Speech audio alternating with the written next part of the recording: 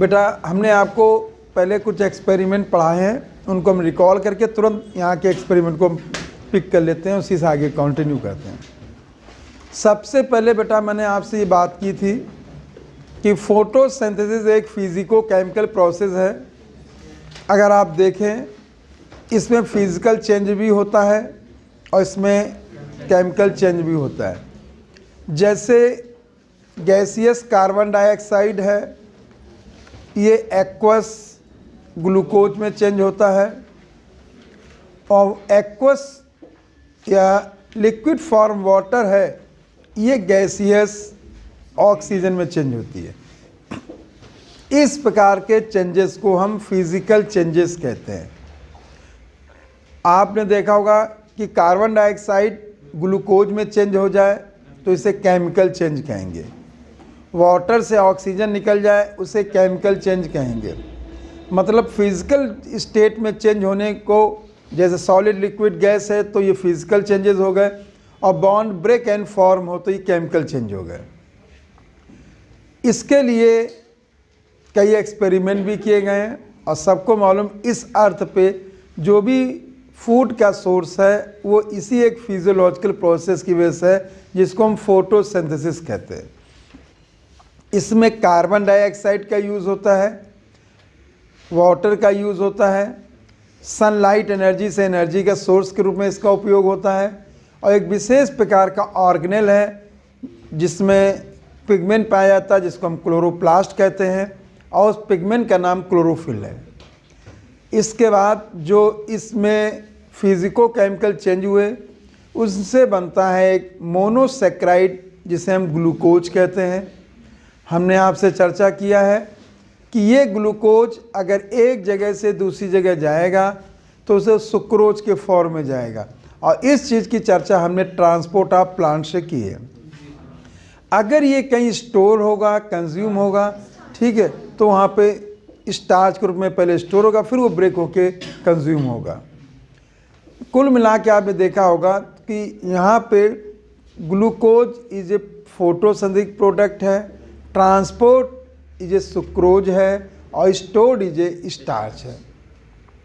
अगर आपको इनको देखना है कि फोटोसिंथेसिस हुई है तो इसके दो ही चीज़ें हैं, या तो हम उसके प्रोडक्ट को देखें, जैसे ग्लूकोज है उसको चेक करें, या उसके हम बाई प्रोडक्ट को चेक करें जैसे ऑक्सीजन। ठीक, इनके लिए कुछ एक्सपेरिमेंट भी किए गए हैं, और इनमें जो रिएक्टेंट हैं कार्बन डाइऑक्साइड और वाटर और लाइट, इनका भी कैसे यूज़ हुआ इनके लिए भी एक्सपेरिमेंट किए गए। तो सबसे पहले एनसीईआरटी लिखती है कि यहाँ पे जो भी ये रिएक्टेंट्स ये यूज़ हुए हैं उनके लिए कुछ हाई स्कूल में एक्सपेरिमेंट किए गए हैं और कुछ 12th में एक्सपेरिमेंट किए गए। जो हाई स्कूल के हैं स्टैंडर्ड के एक्सपेरिमेंट हैं, उसमें सबसे पहले एक एक्सपेरिमेंट है ब्लैक पेपर एक्सपेरिमेंट या वेरीगेटेड लीफ एक्सपेरिमेंट।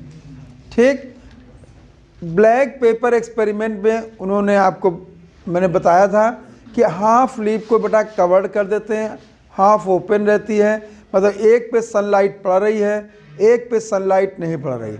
जहाँ पे सनलाइट नहीं पड़ पा रही थी वहाँ पे स्टार्च चेक किया गया आयोडीन के द्वारा तो रिजल्ट नेगेटिव आया, और जहाँ पे सनलाइट पड़ रही थी वहाँ स्टार्च के द्वारा चेक किया गया तो वहाँ पॉजिटिव आया। इसके मतलब ये प्रूफ होता है फोटोसिंथेसिस के लिए सनलाइट आवश्यक है। बेटा समझ में आ गया मेरे बच्चों?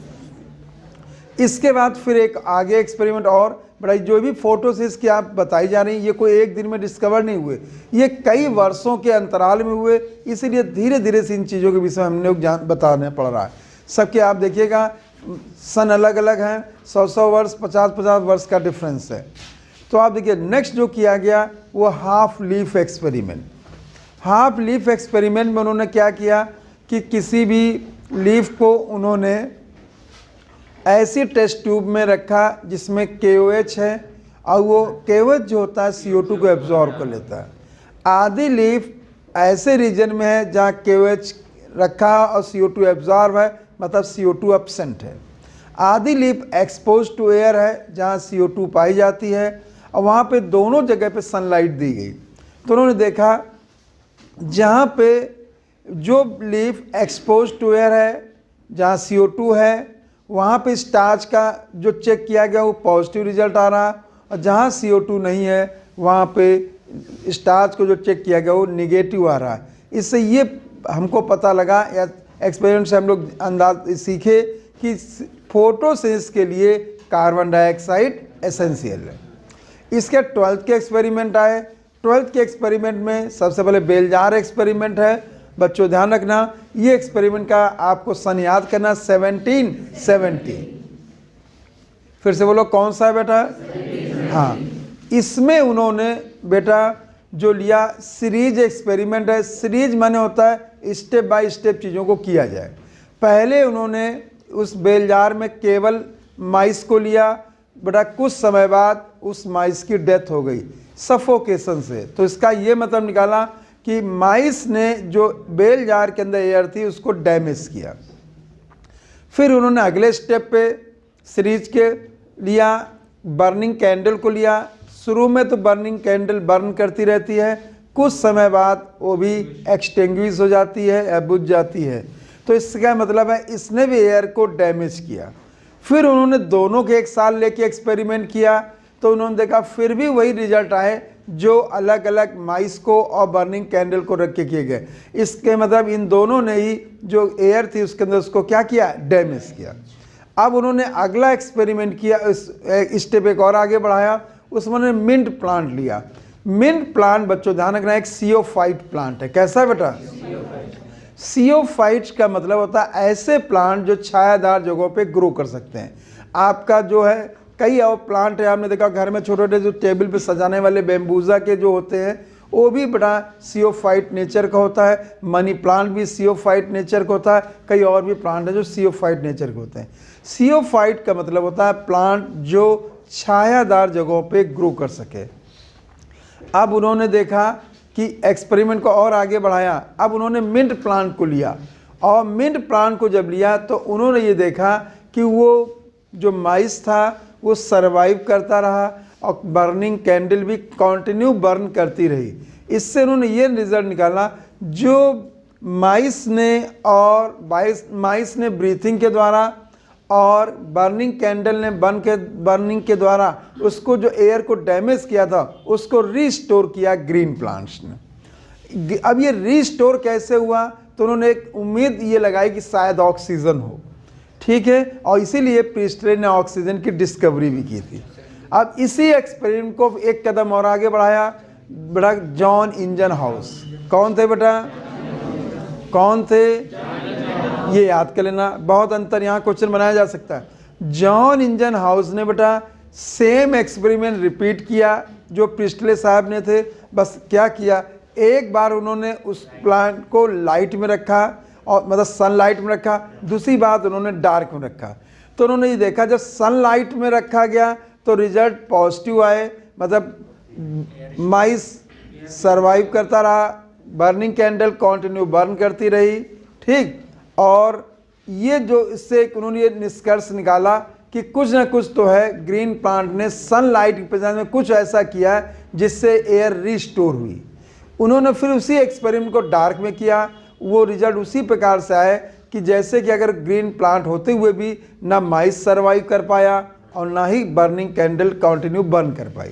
इससे उन्होंने ये निष्कर्ष निकाला ग्रीन प्लांट एयर को रिस्टोर तो करते हैं लेकिन उसके लिए सनलाइट एसेंशियल है। कौन सी लाइट एसेंशियल है? दो बातें गौर करना। अगर केवल क्वेश्चन भी आए कि एयर को रिस्टोर किस साइंटिस्ट ने बताया तो कौन बताएंगे? प्रिस्टले। अगर सनलाइट की प्रेजेंस में रिस्टोर कौन करता तो इंजनहाउस। ये आपको ध्यान देना पड़ेगा, जॉन इंजनहाउस। समझ आ गया बच्चों? फिर देखिएगा आगे उन्होंने इसको और आगे बढ़ाने के लिए उन्होंने एक्वाटिक प्लांट लिया जिसका नाम था हाइड्रिला। क्या नाम था? हाइड्रिला एक सबमर्ज हाइड्रोफाइट है और उन्होंने उसको एक्सपेरिमेंट किया। तो उन्होंने ये देखा जब सनलाइट पड़ती, इंटेंस सनलाइट पड़ती है तो उस हाइड्रिला प्लांट से एयर के बबल ओरिजिनेट होते हैं और जो एयर के बबल उत्पन्न हो रहे हैं उन्होंने चेक किया तो वो ऑक्सीजन थी। इससे फाइनली ये निर्णय हुआ कि कि जो फोटोसिंथेसिस में जो एयर रिस्टोर करते हैं ग्रीन प्लांट, वो ऑक्सीजन को रिलीज करके करते हैं, और वो भी सनलाइट की प्रेजेंस में। आगे एक्सपेरिमेंट जो अगले आए बेटा, जिन्होंने हाइड्रोपोनिक्स भी बताया था, क्या नाम था, बोलो, जूलियस वॉन सैक्स। कौन थे बेटा, ये याद रखना बेटा। इन्होंने क्या किया, ग्रीन प्लांट जो हैं, जो ग्रो करते हैं, तो उसके लिए ये बताया कि वो कार्बोहाइड्रेट, ग्लूकोज इनका निर्माण करते हैं, स्टार्च का। तो इसके लिए उन्होंने बताया कि इनके अंदर कोई ग्रीन स्ट्रक्चर्स है जिनको हम क्लोरोप्लास्ट कहते हैं, उनमें बेटा ग्रीन पिगमेंट हैं जिनको हम क्लोरोफिल कहते हैं, और बेटा वो जो है कार्बोहाइड्रेट या ग्लूकोज और उसके स्टार्च का फॉर्मेशन करते हैं। इसके बाद फिर एक और साइंटिस्ट आए, उनका नाम था T.W. एंगलमैन। कौन था बेटा, T.W. एंगलमैन। बहुत ध्यान देना, इन्होंने देखिए सब चीज़ें प्रूफ होती चली जा रही हैं। आप ज़्यादातर एक्सपेरिमेंट के द्वारा हम ऑक्सीजन या स्टार्च को चेक कर रहे हैं। इन्होंने बेटा कहा कि सनलाइट तो ठीक है, उन्होंने सनलाइट को एक प्रिज्म से पास किया, जिसके कारण वो 7 कलर में स्पेक्ट्रम के रूप में प्राप्त हुआ, और जो 7 कलर थे वो विबग्योर थे। कौन थे बेटा, इसके लिए एक्सपेरिमेंट के लिए उन्होंने एक ग्रीन एल्गी ली जिसका नाम क्लेडोफोरा था। ये नाम याद करने, कौन था बेटा, क्लेडोफोरा एक फिलामेंटस अनब्रांच्ड एल्गी है, इसमें आइसोगैमस रिप्रोडक्शन होता है। ये पॉइंट आपको याद रखना। क्लेडोफोरा कैसी है बेटा, ग्रीन एल्गी है, समझे बेटा, फिलामेंटस है, अनब्रांच्ड है, आइसोगैमस, इसमें सेक्सुअल रिप्रोडक्शन होता है। ये पॉइंट आपको याद रखना, ठीक। और आपको ये NCERT सेकेंड में दिया भी गया है। संजय बच्चों, आगे देखेंगे, इन्होंने देखा इसके साथ इन्होंने एरोबिक बैक्टीरिया लिए। क्या लिए बेटा, और एरोबिक बैक्टीरिया देखा कि जब उन्होंने प्रिज्म से लाइट को पास किया तो उन्होंने ये देखा जिस जगह पे ब्लू लाइट थी और जिस जगह पे बेटा रेड लाइट थी, वहाँ पे जो एरोबिक बैक्टीरिया उनका जमाव या एक्युमुलेशन ज़्यादा हुआ अन्य जगह की अपेक्षा। इससे इन्होंने ये निष्कर्ष निकाला कि जो फोटोसिंथेसिस के लिए बेस्ट लाइट जो है, जो सबसे उपयोगी लाइट जो है, वो ब्लू और रेड लाइट है। कौन है बेटा, ब्लू और रेड लाइट। बड़ा समझाया बच्चों। और इसी को उन्होंने बेटा ऑक्सीजन इवॉल्व और वेवलेंथ ऑफ लाइट के बीच में एक ग्राफ प्लॉट किया, जिसे हम एक्शन स्पेक्ट्रम कहते हैं। क्या कहते हैं बेटा, बड़ा ध्यान दें, ऑक्सीजन का इवॉल्व और वेवलेंथ ऑफ लाइट के बेस पे जो ग्राफ प्लॉट करते हैं उसे हम बेटा क्या कहते हैं, एक्शन स्पेक्ट्रम। सबसे पहला एक्शन स्पेक्ट्रम जो दिया था वो किन्होंने दिया था, बोलो, T.W. एंगलमैन ने दिया। First action spectrum given by T.W. Engelmann. यहाँ तक मैंने आपको बता दिया था। बड़ा सारे पॉइंट समझ में आ गए, कोई कन्फ्यूज़न तो नहीं है, ठीक। आगे हम लोग बढ़ते हैं, अब तो कुछ बचा नहीं, बहुत थोड़ा सा है। देखिएगा, अब आते हैं वॉन नील। कौन आते हैं, देखिएगा वॉन नील, जैसे हम बताएं,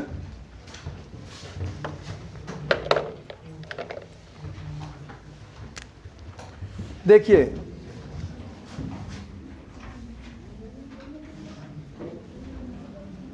ये क्या हो गया भाई, अच्छे के चक्कर में सब खराबी हो गया।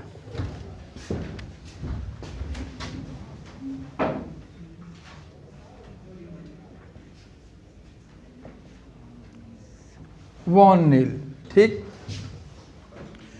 इन्होंने ये बताया कि वाटर हाइड्रोजन डोनर होता है और इसके ब्रेक होने से ऑक्सीजन उत्पन्न होती है।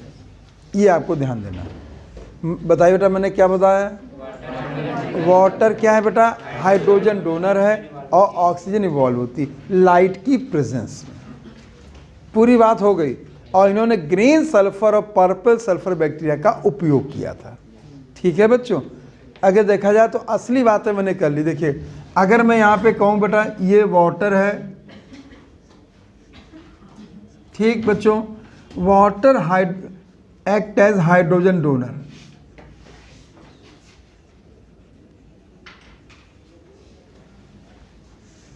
ठीक बेटा, यहाँ कोई एक्स कंपाउंड है और इससे ये बना बेटा HX और यहाँ पे ऑक्सीजन इवॉल्व। ठीक बच्चों, देखिएगा जो HX कंपाउंड बना, जो रिड्यूसिंग कंपाउंड बना, ठीक, जो हाइड्रोजन को ट्रैप करता है उसे रिड्यूसिंग कहते हैं। ये वास्तविक रूप से भविष्य में NADPH होगा। कौन होगा बेटा? कौन होगा बेटा? HS तो समझाने के लिए है, लेकिन भविष्य में ये कौन होगा? NADPH होगा।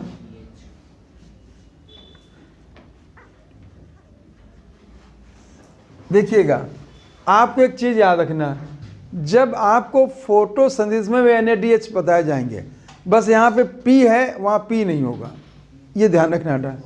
अब अगर आपको याद रखना है कैसे अंतर करें, क्यों दिमाग से, तो P है तो फोटोसिंथेसिस वाला NADPH है, आ गया, और P नहीं है तो रेस्पिरेशन वाला है। ये पॉइंट याद रखेंगे। ये बात समझ आए बच्चों? ठीक, तो देखिएगा, एक बात तो यहाँ क्लियर हो गई, वाटर हाइड्रोजन डोनर की तरह है, और इसके इस हाइड्रोजन को कोई X कंपाउंड लेता है और जिसके यहाँ रिड्यूसिंग कंपाउंड बनता है, और उसका नाम भविष्य में हम आपको जो आप डिस्कवर होगा उसका नाम है NADPH। क्या बेटा? NADPH है। अब देखेंगे बच्चों, जो ये कार्बन डाइऑक्साइड प्लस HX, ठीक, आपसे बात किया है कि वाटर हाइड्रोजन डोनेट किया तो इसका ऑक्सीडेशन हुआ। क्या हुआ बेटा? ऑक्सीडेशन हुआ। और जब ये रिड्यूसिंग से जुड़ेगा तो इसका क्या होगा? रिडक्शन। ये बात समझे बेटा? अगर आप गौर करें तो ये प्रक्रिया हो गई ऑक्सीडेशन, ये प्रक्रिया हो गई रिडक्शन, ठीक, और इससे यहाँ पे बनेगा ग्लूकोज। क्या बना बेटा? ग्लूकोज बना, और बेटा और इससे X फिर ये निकल गया बेटा। क्लियर हुआ बच्चों? तो आप एक बात गौर देखेंगे, गौर से ध्यान दिया होगा कि फोटोसिंथेसिस की प्रक्रिया में ऑक्सीजन का जो प्रोडक्शन, जो कि एक बाई प्रोडक्ट है, वो ऑक्सीडेशन की प्रक्रिया से हो रहा है, और देखेंगे जो ग्लूकोज एक जो मेन प्रोडक्ट है उसका प्रोडक्शन रिडक्शन से हो रहा है, ठीक। तो आप एक बात तो मेरी बात से सहमत होंगे कि जो फोटोसिंथेसिस की प्रक्रिया है एक रिडॉक्स है। कैसी बेटा? तीन शब्दों को याद रखना, photosynthesis is a physico chemical, पहले पैराग्राफ में बता दिया, इज ए रिडॉक्स प्रोसेस, यहाँ मैंने प्रूव कर दिया, इज ए एनाबॉलिक प्रोसेस। कैसी प्रोसेस है? Anabolic process. ये बात समझे? ठीक, तीन बातों पे क्वेश्चन बना सकते हैं वो। अब देखिएगा, अगर आप बेटा एक बात देखिए बच्चों कि जो ये बात है, इन्होंने बेटा इक्वेशन को भी करेक्ट किया था, वो हम आपसे चर्चा भी करेंगे। अगर आप गौर से बेटा यहाँ पे देखेंगे, वॉन नील ने तो दो बातें तो पूरी तरह क्लियर कर दी इन्होंने कि वाटर हाइड्रोजन डोनर है तो ऑक्सीडेशन है, और कार्बन डाइऑक्साइड का रिडक्शन है तो ग्लूकोज का फॉर्मेशन है। ठीक है बच्चों? तो एक बात तो क्लियर हो रही है यहाँ पे कि जो ये ऑक्सीजन आ रही है वो वाटर से आ रही है। कहाँ आ रही है बेटा? ठीक, और ये एटमॉस्फेयर में चली जाएगी। कहाँ चली जाएगी? एटमॉस्फेयर। ये आपको याद रखना, ठीक है। अब देखेंगे हम आपका रेस्पिरेशन में इसका यूज करें। ये जो ऑक्सीजन आपको एनवायरनमेंट पूरी नजर जो आ रही, सब की सब ऑक्सीजन जो है ये ग्रीन प्लांट्स के द्वारा दी जा रही है, और जो ग्रीन प्लांट्स ऑक्सीजन को इवॉल्व करते हैं उनको ऑक्सीजेनिक कहते हैं। क्या कहते हैं? क्या कहते हैं बेटा? बात समझे बेटा? अब यहाँ पे एक बात और समझेंगे बेटा, अगर मान लीजिए वाटर है, वाटर यूज करने वाले हैं, और इन्होंने और बैक्टीरिया भी लिए थे जिनका नाम है ग्रीन सल्फर बैक्टीरिया और पर्पल सल्फर बैक्टीरिया। बात समझे बच्चों? कौन लिए थे बेटा? ग्रीन सल्फर बैक्टीरिया और पर्पल सल्फर बैक्टीरिया। ये दो पॉइंट जरूर याद रखना। दूसरा बेटा, अगर मैं यहाँ पे H2S ले रहा हूँ, ये देखिएगा, इनका यूज किया ग्रीन प्लांट ने, यूज ग्रीन प्लांट, समझना बच्चों। इसका यूज किया green sulphur bacteria, green sulphur bacteria, और पर्पल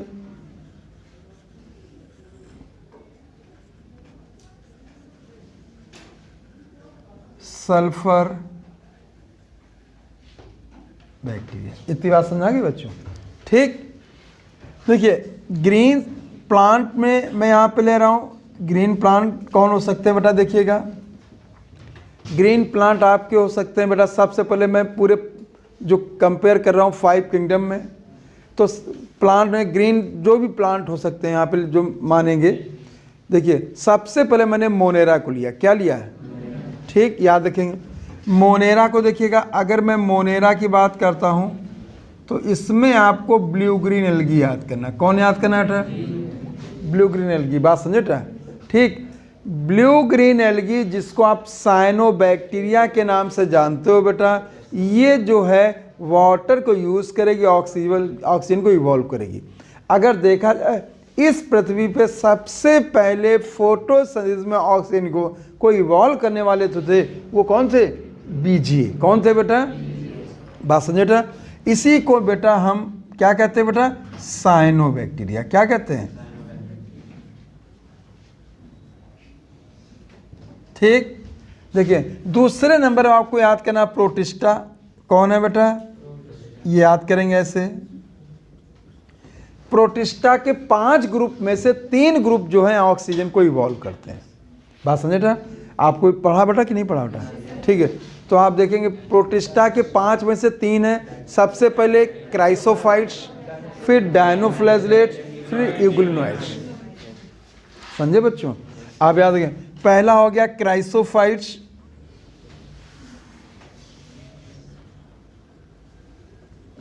फिर डायनोफ्लैजेलेट्स,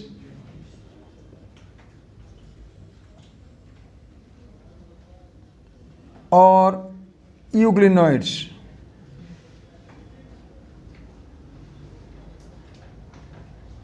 यूग्लिनोइड्स, समझे बच्चों? ठीक। फिर बेटा आता है प्लांटी किंगडम। कौन आता है बेटा?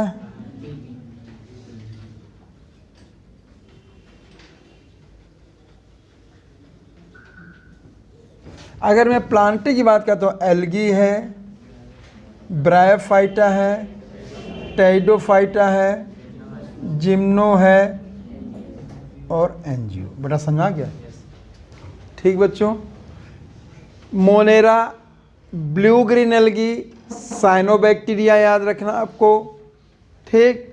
प्रोटिस्टा, क्राइसोफाइटा है, इसमें आपको याद होगा डायटम्स आता है। कौन आता है?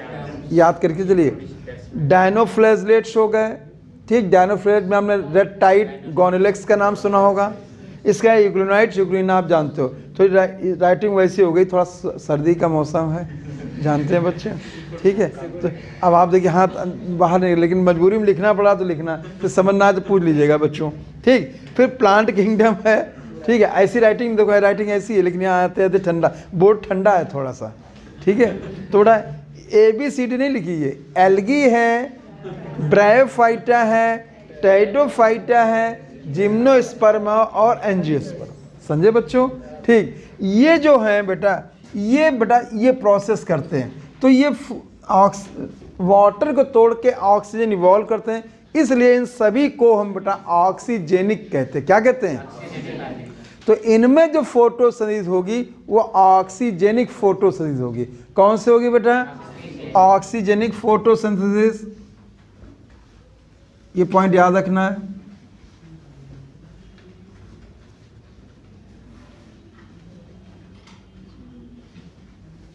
क्लियर बच्चों? जो H2S का सबस्ट्रेट के रूप में यूज करेंगे बेटा, ठीक। जो H2S का सबस्ट्रेट के रूप में यूज करेंगे बच्चे, हमारे ध्यान देंगे, इनका जो प्रोडक्ट होता है बेटा वो सल्फर हो सकता है और सल्फेट हो सकता है। सल्फर और सल्फेट। तो एक बात ध्यान है, दोनों में कॉमन क्या है? प्रोडक्ट। ग्लूकोज भी बनाएगा, ग्लूकोज भी बनाएगा। दोनों में अनकॉमन क्या है? By product. इसमें सल्फर या सल्फेट होगा, इसमें बेटा क्या होगा? ऑक्सीजन होगा। इतनी बात समझ आ गई मेरे बच्चों? जो जिनमें बाई प्रोडक्ट रूप में सल्फर या सल्फेट उत्पन्न हो, याद है कि सल्फर सल्फेट ये डिपेंड करेगा कौन सी स्पीसीज यूज की गई है। आपको उतना नहीं बचता, याद रखना, ठीक है। बात क्लियर हो गई बेटा? जो सल्फर या सल्फेट होंगे, जो बाई प्रोडक्ट होंगे, वो डिपेंड करेगा कौन सी स्पीसीज यहाँ यूज़ किया गया। बेटा समझ में आ गया मेरे बच्चों? तो मैं उम्मीद कर रहा हूँ ये बात आपको अच्छे से समझ में आ गई, ठीक है। और इस प्रकार के रेस्पिरेशन को, फोटोसिंथेसिस को, सॉरी बेटा, फोटोसिंथेसिस को एनऑक्सीजेनिक फोटोसिंथेसिस कहते हैं। क्या कहते हैं?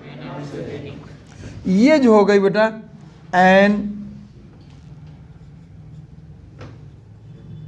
एनऑक्सीजेनिक फोटोसिंथेसिस होगी, एनऑक्सीजनिक। आ गया बेटा, anoxygenic photosynthesis, oxygenic and anoxygenic photosynthesis. Clear हो गया बेटा, ये ठीक है। अब देखिए इन्होंने बेटा जो फोटोसिंथेसिस की इक्वेशन है उसको भी करेक्ट किया था, समझे बेटा। अगर आप देखें सबसे पहले जो इक्वेशन इन्होंने ली थी 6CO2, जो पहले थी 6H2O, यहाँ पे बेटा सनलाइट हो गई, यहाँ क्लोरोफिल हो गया, AB मान लीजिए था, इससे ग्लूकोज बना बेटा,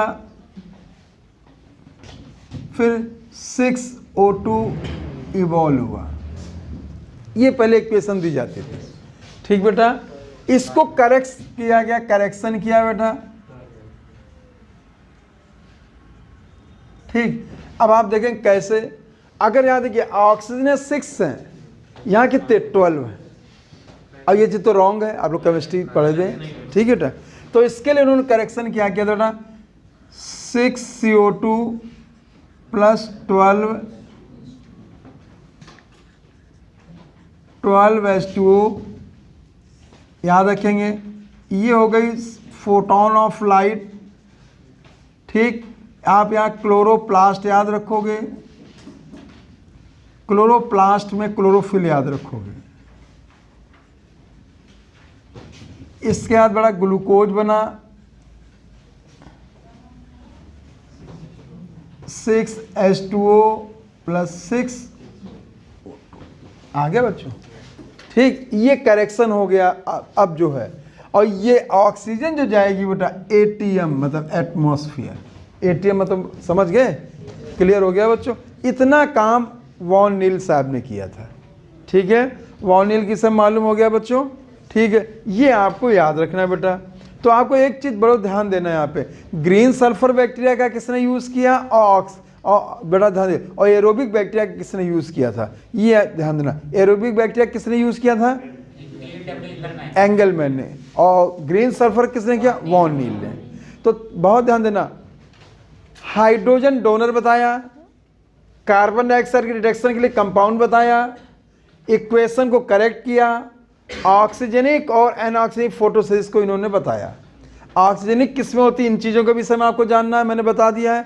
एनऑक्सीजनिक किस्में होती है, आपको बता दिया। ये बात समझाएंगे बेटा, और क्या इक्वेशन को कैसे करेक्ट किया, क्या चेंजेस किए, वो चीज़ आपको यहाँ पे याद करना।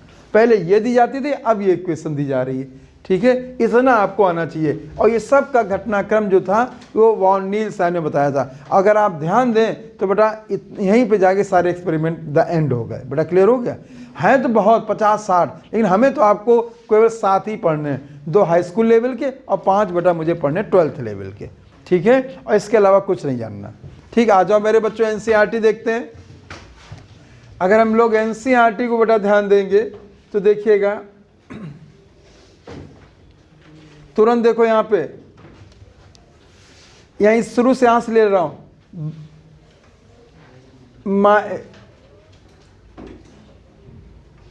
यहाँ मिडिल वाला हो गया, मिडिल ऑफ नहीं, अच्छा। The middle of 19th century की feature of plant photosynthesis were known name, plant could use light energy to make carbohydrate from carbon dioxide and water. इसको मार्क करो, plant could use light energy to make carbohydrate from carbon dioxide and water. By line देखिए बच्चों, देखिएगा, plant जो है sunlight की presence में बड़ा कार्बोहाइड्रेट और वाटर का उपयोग करके, कार्बन डाइऑक्साइड और वाटर का यूज करके कार्बोहाइड्रेट का फॉर्मेशन करते हैं, ठीक है।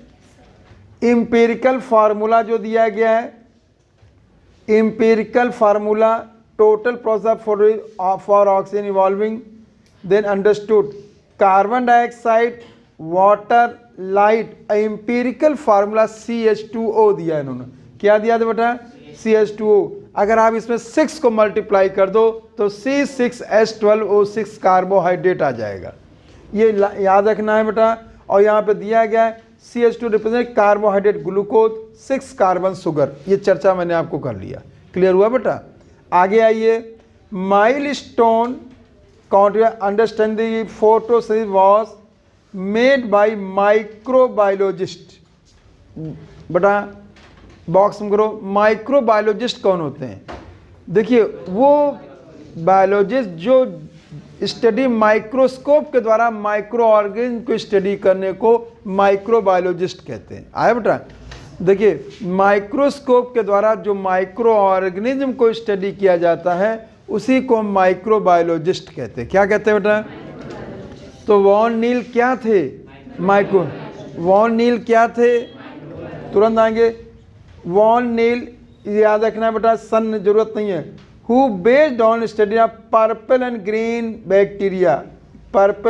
Bacteria demonstrate photosynthesis light dependent reaction in which hydrogen from suitable, इसको मार्क करो, hydrogen from suitable oxidisable compound reduce carbon dioxide to carbohydrate. ये लाइन याद रखिए, सुनिएगा। हाइड्रोजन, देखिए इन्होंने हाइड्रोजन डोनर को बताया, ठीक। और जब हाइड्रोजन डोनर को बताया तो उससे एक रिड्यूसिंग कंपाउंड बना, उस रिड्यूसिंग कंपाउंड ने कार्बन डाइऑक्साइड को रिड्यूस किया, उससे कार्बोहाइड्रेट बना। बेटा समझ गए? ये बहुत ही अच्छी लाइन, ये पूछा जा सकता है, ठीक है बच्चों। ध्यान देना, इस लाइन को जरूर करें बॉक्स में। देखिएगा इन्होंने ये बताया था कि hydrogen from suitable oxidisable compound reduce carbon dioxide to carbohydrate. अब आप बच्चों ध्यान दो, अगर आप ध्यान दें तो हाइड्रोजन डोनर वाटर है, जिससे आप आगे जाने, इससे एक कंपाउंड बना जिसका नाम NADPH है, और उसने कार्बन डाइऑक्साइड को रिड्यूस करके क्या बनाया बेटा? कार्बोहाइड्रेट। ये बात समझाए बच्चों? ये इंपॉर्टेंट लिख लो यहाँ पे। अब इक्वेशन जो दिया गया है ये रीड कर लेना। In green plant water is hydrogen donor, इसको मार्क करो। In a green plant water is hydrogen donor oxidise to oxygen. आया बच्चों? क्लियर हो गया? ठीक, वही चीज बार बार रिपीट हो रही। फिर देखना, some organism do not release oxygen during photosynthesis. मैंने आपसे कहा कि देखिए अगर ऑक्सीजेनिक फोटोसिंथेसिस है तो हाइड्रोजन डोनर वाटर होगा, अगर अनऑक्सीजेनिक फोटोसिंथेसिस है तो हाइड्रोजन डोनर वाटर के अलावा कुछ और होगा, जैसे H2S। बेटा समझाए बच्चों? ठीक, इसे याद करिए। देखिएगा, when H2S instead in the hydrogen donor बेटा for purple green sulphur bacteria, box में कर लो बेटा, purple and green sulphur bacteria the oxidation product is sulphur और सल्फेट। आया बच्चों? सल्फर और सल्फेट, आप देख सकते हैं सल्फर या सल्फेट ऑक्सीडेशन प्रोडक्ट हैं, ठीक बच्चों। Depend on the organism and not oxygen, ये डिपेंड करता है कि सल्फर होगा सल्फेट, ये ऑर्गेनिज्म पर डिपेंड करेगा। यहाँ पे ऑक्सीजन की जगह सल्फर या सल्फेट रहते हैं। फिर देखिएगा, he in fact oxygen evolve from green plant comes from water not from carbon dioxide. आप देख सकते हैं रिएक्शन मैंने बता दिया, ठीक है। This was later prove by using radio isotope technique. ये याद रखना कि देखिए ये तो हमने पता लगाया है बैक्टीरिया के यूज करके, लेकिन हमने इसको प्रूव कैसे किया? रेडियो आइसोटोप टेक्निक के द्वारा। इसको बॉक्स में कर लो उठा कि ये प्रूफ कि ऑक्सीजन वाटर से ही आती है, इसके लिए यूज़ किया गया रेडियो आइसोटोप टेक्निक। और रेडियो आइसोटोप टेक्निक में जो ऑक्सीजन रेडियो एक्टिव यूज़ की गई उसका है O18। कौन है? और C बेटा तो वो कार्बोहाइड्रेट में की गई थी, समझे बेटा? O18, C14 जो है वो कार्बोहाइड्रेट में कार्बन के लिए, और ऑक्सीजन के लिए O18। तो अगर आप बेटा एक बात गौर करोगे तो ध्यान दें कि जो ग्लूकोज में कार्बन डाइऑक्साइड से आई है तो ये C14 से डिटेक्ट हुआ, ऑक्सीजन वाटर से आया है तो वो O18 से प्रूफ हुआ। बड़ा समझा है? तो आप एक बात गौर करोगे कि फोटोसिंथेसिस के लिए दो रेडियो एक्टिव यूज़ किए गए मुख्य रूप से, और पता नहीं किए गए मुझे मालूम नहीं ना, मुझे मतलब भी है। तो आप देखिए, एक कार्बन 14 और दूसरा O18। ये बात समझे बेटा? तो रेडियो आइसोटोप टेक्निक इसे करेंगे। बड़ा एक बात यहाँ क्वेश्चन बन सकता है, देखिए रुक जाइए, हम आगे बताएंगे भी कि अगर देखा वो पूछेंगे लाइट रिएक्शन के लिए कौन सा रेडियो एक्टिव यूज़ किया गया, तो O18, चूंकि light reaction oxygen. Dark reaction के लिए कौन सा रेडियो एक्टिव, C14। क्वेश्चन ऐसे बनाया जा सकता है, बात समझे। लाइट रिएक्शन के लिए कौन है बेटा, O18। डार्क के लिए कौन है, C14। मैं उम्मीद कर रहा हूँ समझ में आ गया, ठीक है। ये पॉइंट याद रखना मेरे बच्चों, ठीक। देखिएगा, देखिए, this was later prove by using radio isotope technique, मैंने अभी चर्चा किया है। द करेक्ट इक्वेशन जो दी गई है ओवरऑल जो फोटोसिस के लिए 6CO2 मैंने उधर लिख दिया है, 12H2O लाइट सनलाइट है बेटा, वहाँ पे क्लोरोप्लास्ट क्लोरोफिल याद रखना है, ग्लूकोज का एक मॉलिक्यूल, 6 वाटर के और 6 बेटा देखा जाए तो बेटा 6 ऑक्सीजन के मॉलिक्यूल उत्पन्न होते हैं, और मैं कहूँगा 12 ऑक्सीजन के एटम उत्पन्न होते हैं। बेटा समझ में आ गया, ठीक है। ये पॉइंट याद रखना बच्चों। इसे C6H12 रिप्रेजेंट ग्लूकोज, मार्क कर लो बेटा। ऑक्सीजन रिलीज फ्रॉम वाटर बता दिया है, prove using radio isotope technique, बेटा क्लियर हो रहा, ठीक है। याद रखिएगा बच्चों, this is not a single reaction, बेटा ये जो है कई स्टेप की रिएक्शन होती हैं, उस चीज़ की चर्चा हम लोग आगे करेंगे बेटा, समझे बच्चों, ठीक है। पहले तो इतना समझ में आ गया बेटा, वॉन नील की सम क्लियर हो गया। फिर से एक बार रिकॉल करो, वॉन में मिटाता जाऊँ अब तो बता, वॉन नील बेटा देखिएगा, वॉन नील ने बताया हाइड्रोजन डोनर कौन है, वाटर, और इससे एक रिड्यूसिंग कंपाउंड बना, कौन बना, NADPH, और बाई प्रोडक्ट कौन है, ऑक्सीजन। ये ऑक्सीजन का फोटोसिस में यूज क्या हुआ, कुछ नहीं, एटमॉस्फेयर में चली गई। आगे बच्चों क्लियर, आपको जानना है बेटा, ये बात नहीं, बड़े ध्यान सुनना। देखिए ऑक्सीजन का उत्पन्न प्लांट फिजियोलॉजी की फोटोसिस की इनिशियल स्टेप में होता है, लेकिन इस ऑक्सीजन का यूज रेस्पिरेशन के एंड रिएक्शन में होता है, एंड स्टेप में होता है। ये आपको मैं बताऊंगा, बहुत अच्छे सीखिएगा, ठीक है। अब देखिएगा, कार्बन डाइऑक्साइड का रिड्यूस किया, उससे क्या बना, ग्लूकोज, क्या बना बेटा, इन्होंने अगर मैंने कहा H2O और H2S में समानता क्या है, प्रोडक्ट, दोनों का प्रोडक्ट सेम है, बाई प्रोडक्ट डिफरेंट, ये क्वेश्चन बन सकता है। प्रोडक्ट क्या है और बाई प्रोडक्ट क्या है, ऑक्सीजन और सल्फर। तो मैं कहूँगा प्रोडक्ट सेम है, बाई प्रोडक्ट डिफरेंट, ये बात क्लियर है। फिर देखेंगे, मैंने वाटर यूज, ग्रीन प्लांट शब्द यूज कर दिया था, मैंने यहाँ पे ग्रीन प्लांट के अंदर मोनेरा नहीं है, लेकिन बात कहने के लिए बेटा कहा। फिर सुनिए, मोनेरा में ऑक्सीजन इवॉल्व करने वाले हैं, क्या नाम है, BGA। प्रोटिस्टा में कौन है, क्राइसोफाइट डायनोफाइट्स, और प्लांट किंगडम में कौन है, एल्गी से एंजियोस्पर्म, एल्गी से एंजियोस्पर्म। एक्सेप्शन कुछ है, उनको मुझे चर्चा नहीं करना, समझे बच्चों। आपने जब पहले चैप्टर लिविंग वर्ल्ड में पढ़ा होगा कि जो कुछ पार्सल हेट्रोट्रॉप जो पैरासाइट होते हैं और बड़ा जो इंसेक्टिवोरस प्लांट है, उनसे मतलब नहीं, ये जनरल बात है, ठीक है। अब बड़ा देखिएगा, H2S है, H2S जो है बच्चों, H2S का यूज़ करने वाले बैक्टीरिया का क्या नाम है, green sulphur purple sulphur bacteria. इनका बाई प्रोडक्ट क्या है, सल्फर एंड सल्फर। सल्फर और सल्फेट जो भी याद रखिएगा, सल्फर भी देगा अलग और सल्फेट दो, दोनों एक साथ भी दे देंगे, ठीक है। तो ये आगे आएंगे, इन रेस्पिरेशन इस फोटोसिस को क्या कहते हैं, एनऑक्सीजन, ठीक। पहले जो फोटोसिस का जो रिएक्शन था इनकरेक्ट जो था, 6CO2 6 वाटर, ये AB और ऑक्सीजन वाल था। अब क्या हो गया, 6CO2 12H2O क्लोरोप्लास्ट, ठीक, बड़ा क्लोरोफिल दिया था, सनलाइट दिया है, ग्लूकोज का एक मॉलिक्यूल, 6 वाटर और 6 ऑक्सीजन के मॉलिक्यूल जो है एटमॉस्फेयर में चले जाएंगे। बेटा मैं समझा ले गया अच्छे से, फोटो समझ में आ रही सारे बच्चों को, ठीक। बच्चों आगे आइए, where does photosynthesis take place. बेटा अगर मैं यहाँ से ये क्वेश्चन रखूँ, NCERT जो कह रही है कि फोटोसिंथेसिस कहाँ होती है, तो क्या जवाब देंगे, हम कहेंगे ग्रीन, नहीं, अब हम पूरा नहीं बोलेंगे, ग्रीन शब्द आगे आप पूरा करो, कहा ग्रीन पार्ट ऑफ प्लांट। अगर ग्रीन प्लांट आप कह रहे हो तो उसमें भी हम रूट का नाम तो वहाँ तो नहीं होती बेटा, ठीक है। देखिए तो मैं ये समझा रहा हूँ, बहुत अच्छे समझिएगा कि photosynthesis take place green plant के ग्रीन पार्ट में होती है। मेन या मुख्य रूप से जो ये ग्रीन पार्ट है वो लीफ है।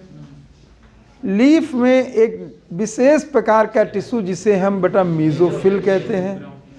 मीजोफिल जो एक ग्राउंड टिश्यू है। फिर इसमें आपको ध्यान देना, अगर मैं डाइकॉट की बात कर रहा हूँ तो इसमें पैलिसेड और स्पॉन्जी पैरेंकाइमा है, ठीक है। और अगर मैं मोनोकॉट की बात कर रहा हूँ तो पैरेंकाइमा है, ठीक बच्चों। चूँकि वहाँ पे स्पंजी और इसका डिफ्रेंशिएट नहीं होता है, ठीक।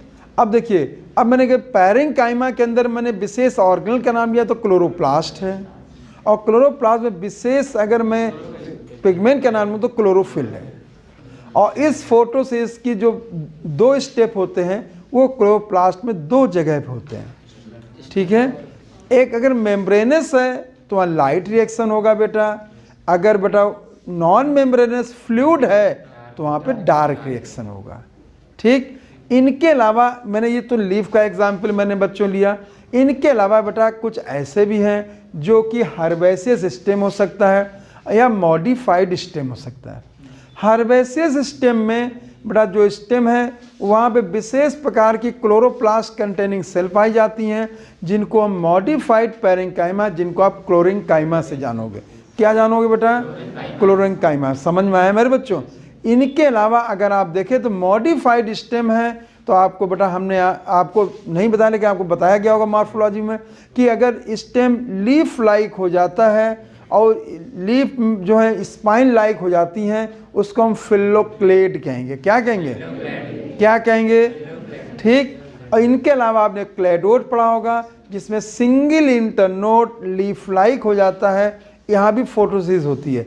इनके अलावा आपने बेटा जो लीफ का एक पार्ट होता है जिसे स्टॉक से पेट्योल कहते हैं। क्या कहते हैं? उनको हम फिलोड कहते हैं, ठीक है। वहाँ भी फोटोसिंथेसिस हो रही है। तो आप एक बात देखिए, मैंने कोई नाम नहीं लिया, मैंने कहा ग्रीन पार्ट सब है, और ग्रीन पार्ट आ रहा है कि नहीं आ रहा है। इनके अलावा अगर देखा जाए कुछ प्लांट के रूट्स हैं उनमें भी फोटोसिंथेसिस होती है, जैसे सिंघाड़ा ट्रापा एंटिनोस्पोरा, बस है इनमें जो रूट फोटोसिंथेसिस करती है। तो एक बात जवाब दे दो बेटा, हाँ अगर मैं कहूँ ये अगर मैं कह दूँ लीफ में होता है तो कहीं मैं लीफ ऐसी बता सकता हूँ जहाँ फोटोसिंथेसिस नहीं होती, जैसे गार्लिक एंड ऑनियन लीफ होते भी वहाँ फोटोसिंथेसिस नहीं है। क्लियर है बेटा? ठीक। अगर आप बेटा ये कहो केवल लीफ में ही होता है तो मैं कहूँगा स्टेम में भी होता है, और कई ऐसे रूट है जिनके मैंने नाम ले दिए हैं। बात तो इससे एक बात उभर के आती है, फोटोसिंथेसिस केवल उस जगह होती है जो प्लांट का कैसा पार्ट है? ग्रीन पार्ट है। क्लियर हुआ मेरे बच्चों? कितना समझ में आया बेटा? पूरा क्लियर हो गया? ठीक। अभी मैं चर्चा कर रहा हूँ एनसीईआरटी, चूँकि इसका ज़रूरत नहीं है यहाँ पे लिखने की तो ये एनसीईआरटी में कराऊंगा। समझे बेटा? मैंने जो बता दिया कितना समझ में आ रही फोटोसिंथेसिस बेटा। अब बेटा अग्नि परीक्षा मेरी भी है आपकी भी है, इन टॉपिक्स को बहुत अच्छे से पढ़िए। समझे बेटा? जनरल चीज़ें वो नहीं है लेकिन इन पर कहीं भी कम वो मत रह जाएगी, कोई कसर रह जाए, चूँकि अगर इसको मैं समझा लेगा तो अच्छा हो जाएगा। समझे? इसके बाद मिनरल न्यूट्रिशन सरल कर दें, फिर रेस्पिरेशन प्लांट फिजियोलॉजी हम लोग की लगभग एंड हो जाएगी। ठीक है, ये अच्छे से करेंगे, फिर जेनेटिक्स ले लेंगे हम लोग। आइए बच्चों देखना बच्चों, कोई एनसीईआरटी करे where does photosynthesis take place, तो मैंने यहाँ अपने बच्चों को एनसीईआरटी की ना लेते हुए मैंने कहा green part of the plant. और वो green part of the plant में रूट भी हो सकता है, green part of the plant में स्टेम भी हो सकता है, green part of the plant में जो यूनिवर्सल या जनरली जो आप जानते हो लीफ भी हो सकता है। ये बात समझे बच्चों? या मॉडिफाइड भी हो सकता है। देखना बच्चों, यू विल को answer in the green leaf और यू मे ओ एड। देखिए ग्रीन लीफ लोगे या इसमें कुछ जोड़ोगे भी, देखो दे दिया है। अब देखिए मैंने ग्रीन लीफ का नाम लिया, इसका कुछ जोड़ा भी है। जोड़ा क्या? हार्बेसियस स्टेम जोड़ा, मॉडिफाइड स्टेम जोड़ा, कुछ फोटो से ही रूट जोड़ दी। आ गया बच्चों? ठीक। देखेंगे यहाँ पे in the chloroplast based on you earlier in, अभी चर्चा ये कर चुके होंगे, अभी मैं फिर दोबारा बता दूंगा। You are definitely right, photosynthesis does take place in green leaves of plant but it does also in other green part of the plant. दे दिया, अदर ग्रीन पार्ट में भी फोटोसिंथेसिस हो सकती है। अदर ग्रीन पार्ट में मैंने आपको बताया बेटा। ठीक, यहाँ नोट कर लो, ये आपको नोट करना है। सबसे पहले नोट करो herbaceous stem. Other green part में अगर नोट करना है तो herbaceous stem. Other green part में अगर नोट करना है तो herbaceous stem, other green part है, अदर ग्रीन पार्ट अगर आ जाता मेरे बच्चों, तो ग्रीन पार्ट आ रहा है बच्चों, नहीं आ रहा, ठीक है। तो हर्बेसियस स्टेम ऐसे नोट करना है बेटा, हर्बेसियस स्टेम, ठीक। हर्बेसियस स्टेम उनको कहते हैं बेटा जो सॉफ्ट स्टेम होती है, लोअर ब्रांचिंग होती है, स्टेम में जनरली क्लोरोप्लास्ट पाया जाता है, जैसे ग्रास, समझे बेटा, और भी चीजें हैं, क्लियर है। हर्बेसियस स्टेम, यहाँ पे एक पॉइंट मेरे बच्चों ध्यान देना, जिस प्रकार से बेटा अगर लीफ है तो वहाँ मीजोफिल है, उसी प्रकार से हर्बेसियस स्टेम में क्लोरेंकाइमा होता है। कौन होता है? Chloroplast containing parenchyma is known as chlorenchyma, ये नोट करिएगा आप लोग, ठीक है। Chloroplast containing, chloroplast containing parenchyma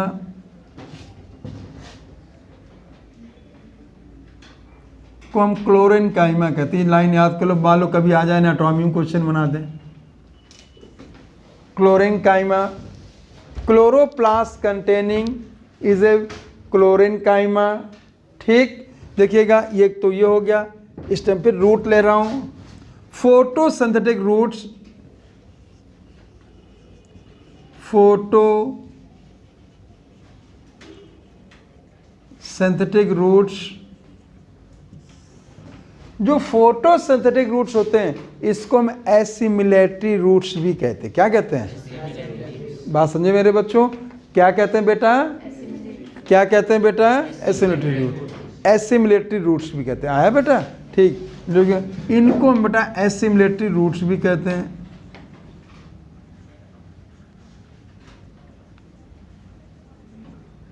याद करें बेटा, जैसे हो गए Trapa and Tinospora, Trapa and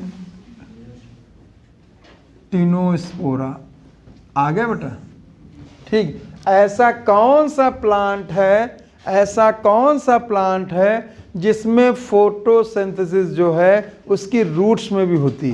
Trapa and Tinospora बेटा। ट्रापा जैसे सिंघाड़ा, आया बच्चों? सिंघाड़ा तो खाए होंगे, अभी सीजन गया है धीरे से। सिंघाड़े में कितने कांटे होते हैं? 3। कितने होते हैं? ये किसका मॉडिफाइड है? रूट का कि स्टेम का? अब बच्चों ध्यान दो, दोनों आंसर आपके गलत हैं। हाँ हाँ, सिंघाड़े में 2 कांटे होते हैं और मॉडिफाइड कैलिक्स होता है। आना चाहिए मेरे बच्चों। सिंघाड़े में खाते खूब हैं, ये नहीं मालूम कांटे कितने हैं सिंघाड़ों में, कितने बताओ? अच्छा, खूब खाते होंगे। नहीं, 2 होते हैं, जो बता दिया बता दिया। आया? सिंघाड़ों में कितने कांटे होते हैं बेटा? 2। और किसका मॉडिफाइड है? कैलिक्स। अच्छा, आना चाहिए कि नहीं आना चाहिए बेटा?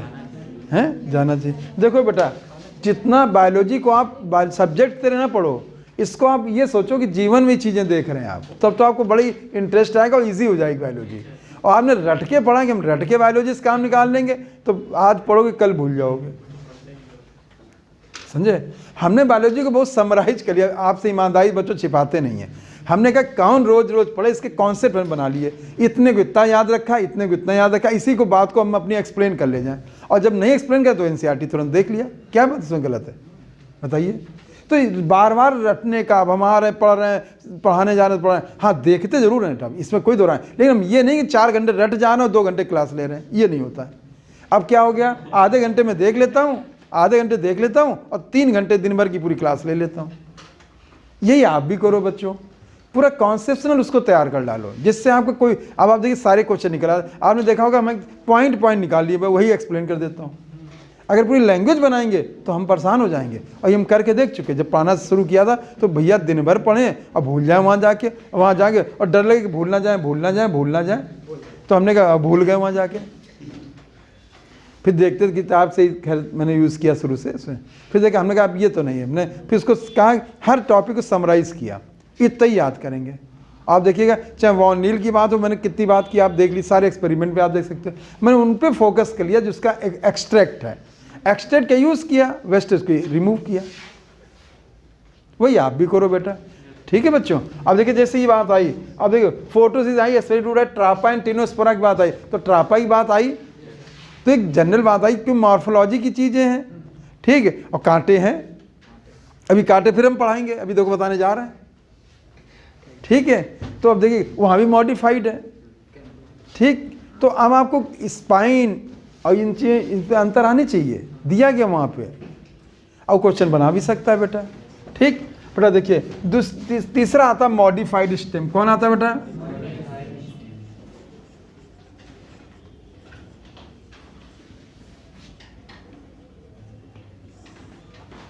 ठीक, जो मॉडिफाइड स्टेम है, क्लियर है बेटा, ये जनरली वहां पाया था जो जीरो फाइटिक एडाप्टेशन होता है। कैसा होता है बेटा?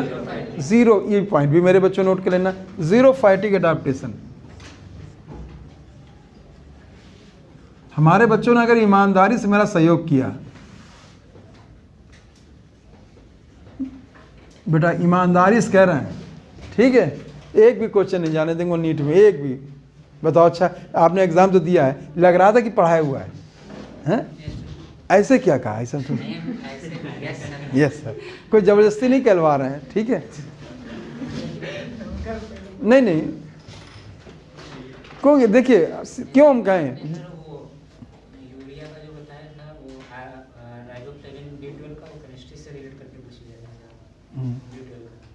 B12 हम बताते हैं बेटा, हमेशा बताते हैं, समझे बेटा। और रिलेट कैसे भी करें हम, थोड़ी जहाँ केमिस्ट्री यूज़ करेंगे हम, टेंशन ना, फिजिक्स में यूज़ करता हूँ बर्नौलीज थ्योरम, समझे बेटा। तो आप उसकी चिंता ना करें, लेकिन ये है कि पढ़ना तो पड़ेगा। अब देखिए हम चाहते तो केवल प्लांट के नाम लिखा सकते थे, आप गौर कर रहे होंगे मैं सारी चीज़ें बोल रहा हूँ यहाँ पे। हम ग्रीन पार्ट नहीं लिखा देना, ग्रीन पार्ट, बड़ा ग्रीन पार्ट पर लगे तो रटी हुई चीज़ हो गई। अब ये आई, अब आप क्वेश्चन मान लो आ गया, ठीक है, कि जैसे मान लो मॉडिफाइड स्टेम, तो जैसे हमने यहाँ पे जो एग्जाम्पल मैं लिखाने जा रहा हूँ, ठीक, ये चीज़ें आपको यहाँ भी मिलेंगी, मॉर्फोलॉजी में मिलेंगी, ये आपको प्लांट फिजियोलॉजी फोटोसिंथेसिस में मिलेंगी, और यही चीज़ें आपको इकोलॉजी में भी मिलेंगी,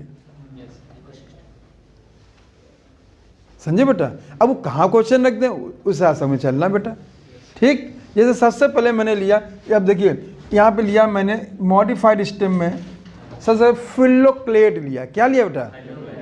ठीक है,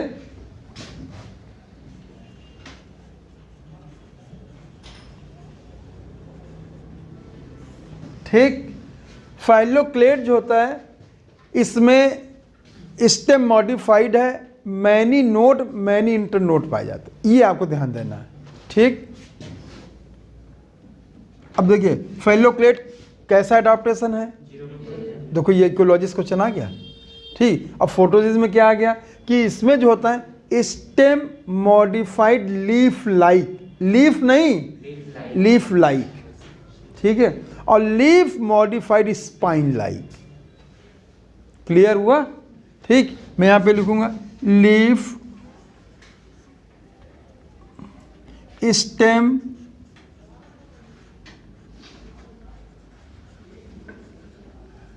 modified leaf like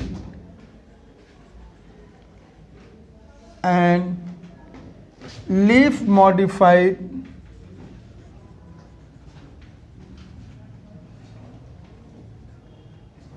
spine like,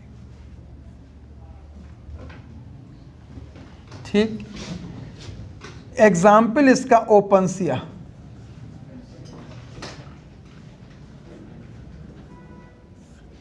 ठीक, इसे हिंदी में नागफनी भी कहते हैं, क्या कहते हैं, याद है बेटा?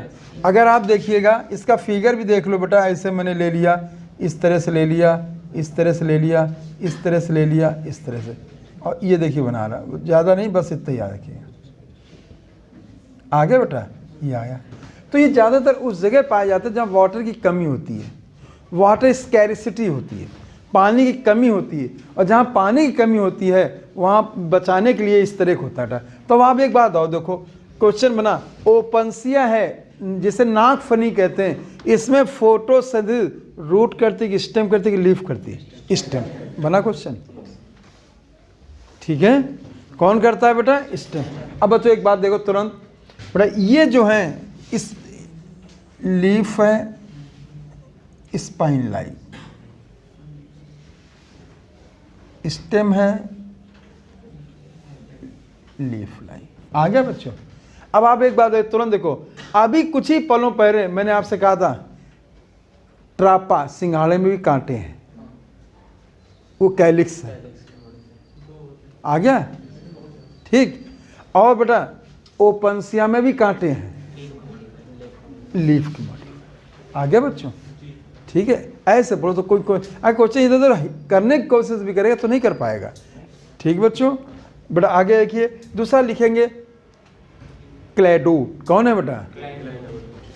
Cladode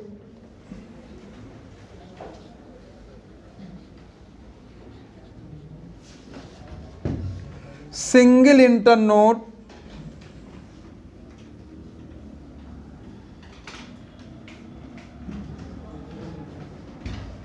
modified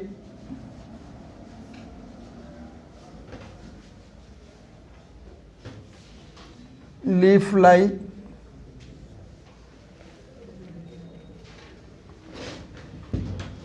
and leaf fall।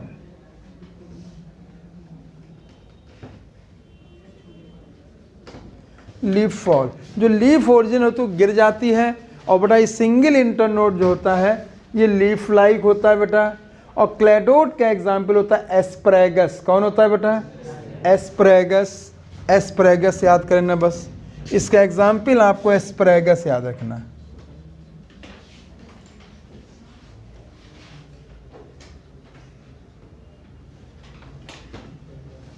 Asparagus. ठीक। अब अगला बेटा आता है लीफ मॉडिफाइड। क्या बेटा? ठीक, ध्यान देना। देखिएगा यहां पे लिखा मॉडिफाइड लीफ पेट्यूल।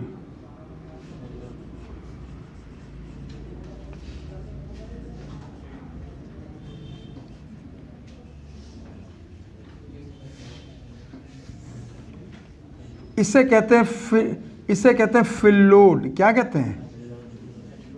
फेलोड। और ये हो जाएगा ऑस्ट्रेलियन एकेसिया।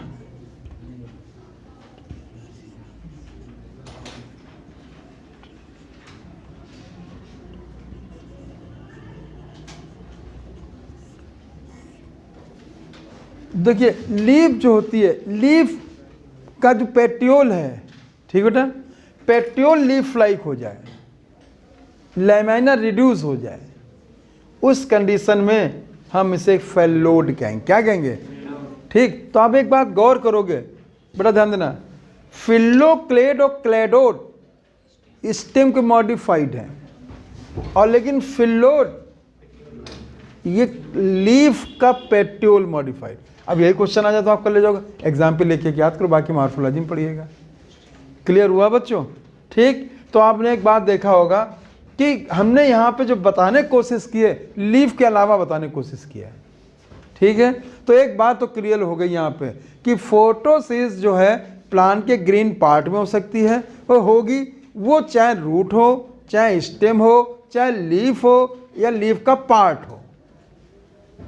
बात समझे बेटा? कितना समझाया मेरे बच्चों? ठीक। इसको देखो बच्चों, बड़े ध्यान से पढ़िएगा। यहाँ पे सेकेंड पैरा देखेंगे बच्चों, you would recollect from previous unit, mesophyll cells in the leaves have large number of chloroplasts. Chloroplasts align themselves along the wall of the mesophyll cells such they get optimum quantity of incident light. Optimum quantity incident light, बच्चों ध्यान देना। देखिएगा अब ये कैसी light, कैसे क्या है, तो बच्चों एक बात और यहाँ पे एनसीईआरटी ने क्वेश्चन पूछा है, इसको ऐसे बना लो। अगर मैं ऐसे दिखाऊं बेटा, ये देखिए, ये देखिए, एक ही मैं दिखा दे रहा हूँ, आप एक में होता नहीं, मैं अलग एक में ही दिखाने की कोशिश कर रहा हूँ। ये देखिए, जैसे सनलाइट पड़ेगी, लाइट की इंटेंसिटी के बेस पे क्लोरोप्लास्ट का अरेंजमेंट होता है, ये ध्यान रखना आपको। और ये क्लोरोप्लास्ट का अरेंजमेंट जो है ये प्रोटोप्लाज्मिक मूवमेंट के कारण है। किसके कारण है? किसके कारण है? किसके कारण है? ये पॉइंट ध्यान रखना बेटा, अच्छा बन सकता है। मैंने कहा है बेटा, जैसे ये देखिएगा, मैं ऐसे दिखा रहा हूं,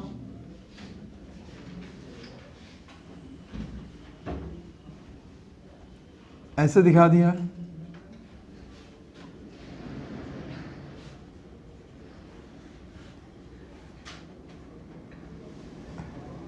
आ रहा बेटा, देखिए ऐसे दिखा दिया।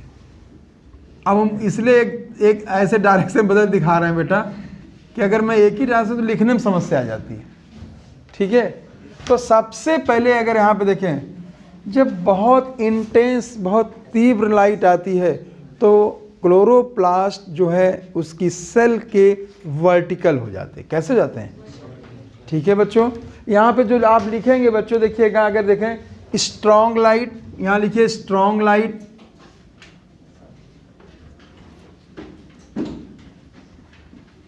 स्ट्रॉन्ग लाइट और हाई इंटेंसिटी, हाई इंटेंसिटी, तो क्लोरोप्लास्ट आप ऐसे दिखाओ,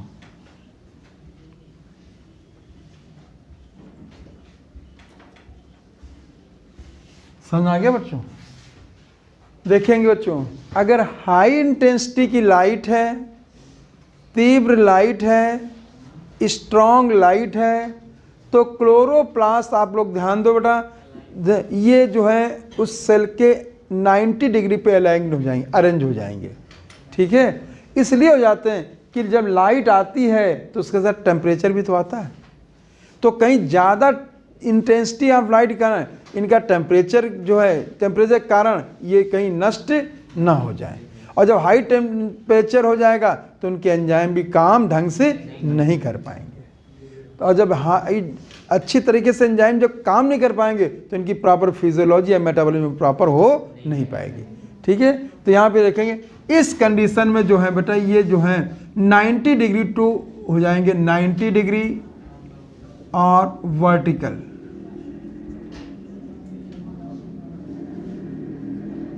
डायरेक्शन। क्लोरोप्लास्ट लिख लीजिए, chloroplast, chloroplast 90 degree of vertical direction हो जाएगा बेटा, ठीक। यहाँ पे मैंने मॉडरेट लाइट लिखा, मॉडरेट, मॉडरेट लाइट है, मॉडरेट के ना बहुत ज़्यादा ना बहुत कम, उस समय ये बेटा पैरेलल होंगे। कैसे होंगे?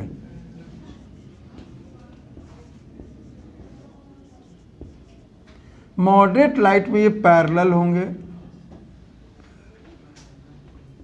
ठीक बच्चों। अब यहां पे डिफ्यूज लाइट कर दिया, डिफ्यूज लाइट, डिफ्यूज लाइट मतलब जहां पे बहुत कम लाइट आ रही हो, समझे बेटा, उस समय बेटा ये स्कैटर्ड होंगे, क्लोरोप्लास्ट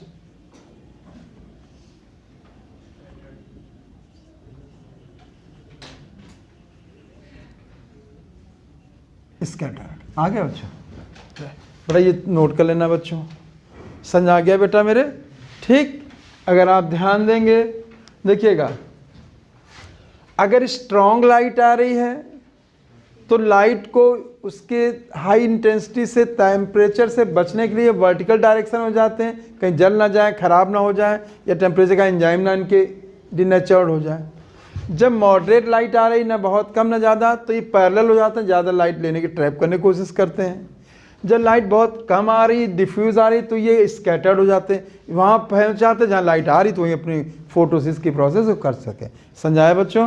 ठीक। तो ये तीनों कंडीशन मेरे बच्चे याद रखेंगे बेटा। अगर मैंने बेटा देखिएगा, स्ट्रॉन्ग लाइट कहा है तो वर्टिकल कहा है, मॉडरेट लाइट कहा है तो पैरेलल कहा है, और मैंने अगर इस बेटा डिफ्यूज लाइट कहा तो स्कैटर्ड कहा है। समझ में आ गया बेटा? ठीक। अब एनसीईआरटी देखते क्या कह रही है बेटा। देखो बच्चों, when you think the when you think the chloroplast will be aligned with their flat surface parallel to the wall, what would be perpendicular to the incident light? तो अब एक बात है, पैरेलल कब है? जब मॉडरेट लाइट है। Perpendicular कब है? जब स्ट्रॉन्ग लाइट है। स्कैटर्ड कब है? एक पॉइंट डिफ्यूज लाइट। बेटा समझा गया? ठीक है, ये याद रखना है बेटा। अच्छा तो कहीं कठिन लग रही है आप लोगों को? कठिन तो नहीं लग रहा हो बेटा, आप धीरे धीरे समझते बहुत अच्छा लगेगा। ये सारी चीज़ समझने के लिए अच्छे से पढ़ें आप लोग। ठीक बेटा, आगे हम लोग पढ़ते हैं बेटा, आगे आइए। You have studied structure of chloroplast. अब देखिए मैं यहाँ पे अब ये मैं चर्चा करने जा रहा हूँ कि ये फोटोसिस होती है तो कहाँ होती है, क्लोरोप्लास्ट में किस जगह होती है, उसके लिए मैं चर्चा कर रहा हूँ। और बाकी चीज़ आपको साइटोलॉजी में बताएगी, लेकिन मैं ऑर्गेनल के पूरा स्ट्रक्चर यहाँ समझा दे रहा हूँ अपने बच्चों को। ठीक है, तो अगर बच्चों की अनुमति हो तो मैं इसको रब कर दूँ। ठीक, इधर ठीक है, नोट कर लिया सारे बच्चों? ठीक है,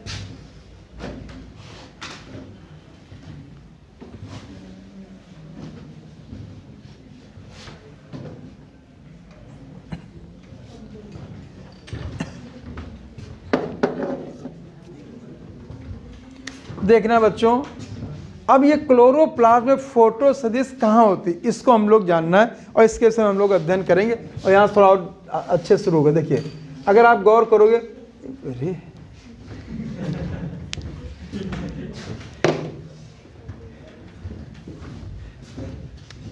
बच्चों को तो मजे चाहिए, बस कोई मौका नहीं।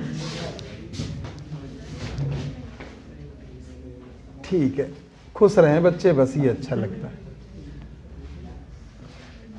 ये मैंने क्लोरोप्लास्ट बनाया बेटा, और मेरे बच्चे ध्यान रखेंगे किसी सेल का सबसे बड़ा ऑर्गेनल क्लोरोप्लास्ट होता है। ठीक है, किसी सेल का सबसे बड़ा ऑर्गेनल कौन होता है? क्लोरोप्लास्ट। इससे छोटा माइटोकॉन्ड्रिया होता है। ठीक है, ये चीज़ें हैं। अगर हम प्लास्टिड में बात करें तो सबसे बड़ा ल्यूकोप्लास्ट होता है, लेकिन जब यहाँ पे इस तरह बात हो रही है तो मैं क्लोरोप्लास्ट और माइटोकॉन्ड्रिया सबसे बड़ा क्लोरोप्लास्ट। ठीक है, बच्चे ध्यान देंगे मेरे। देखिएगा अगर मैं क्लोरोप्लास्ट बना रहा हूँ तो इसको देखिए, इसमें दो मेम्ब्रेन होती। कितनी मेम्ब्रेन होती? डबल मेम्ब्रेन होती। दो होती बेटा, कंफर्म है? अब बेटा एक कॉन्सेप्ट बताओ कि आप कैसे बताओ किसी सेल के अंदर दो मेम्ब्रेन है, एक मेम्ब्रेन है या कोई मेम्ब्रेन नहीं? बताओ को कॉन्सेप्ट मालूम मेरे बच्चों? सीधे याद करो, ऐसे याद करोगे। देखना हम जो बोले उसे याद करना है। Ribosome, centrosome non membranes, mitochondria, chloroplast double membranous, बाकी सब सिंगल मेम्ब्रेनस। मैंने कुछ बोला, आप लोगों ने कुछ सुना, कुछ समझ में आया? ठीक, अब आपकी समस्या खत्म हो गई हमेशा की।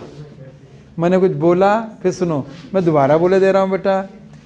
Ribosome, centrosome non membranes, mitochondria, chloroplast double membranous, बाकी सब सिंगल मेम्ब्रेनस।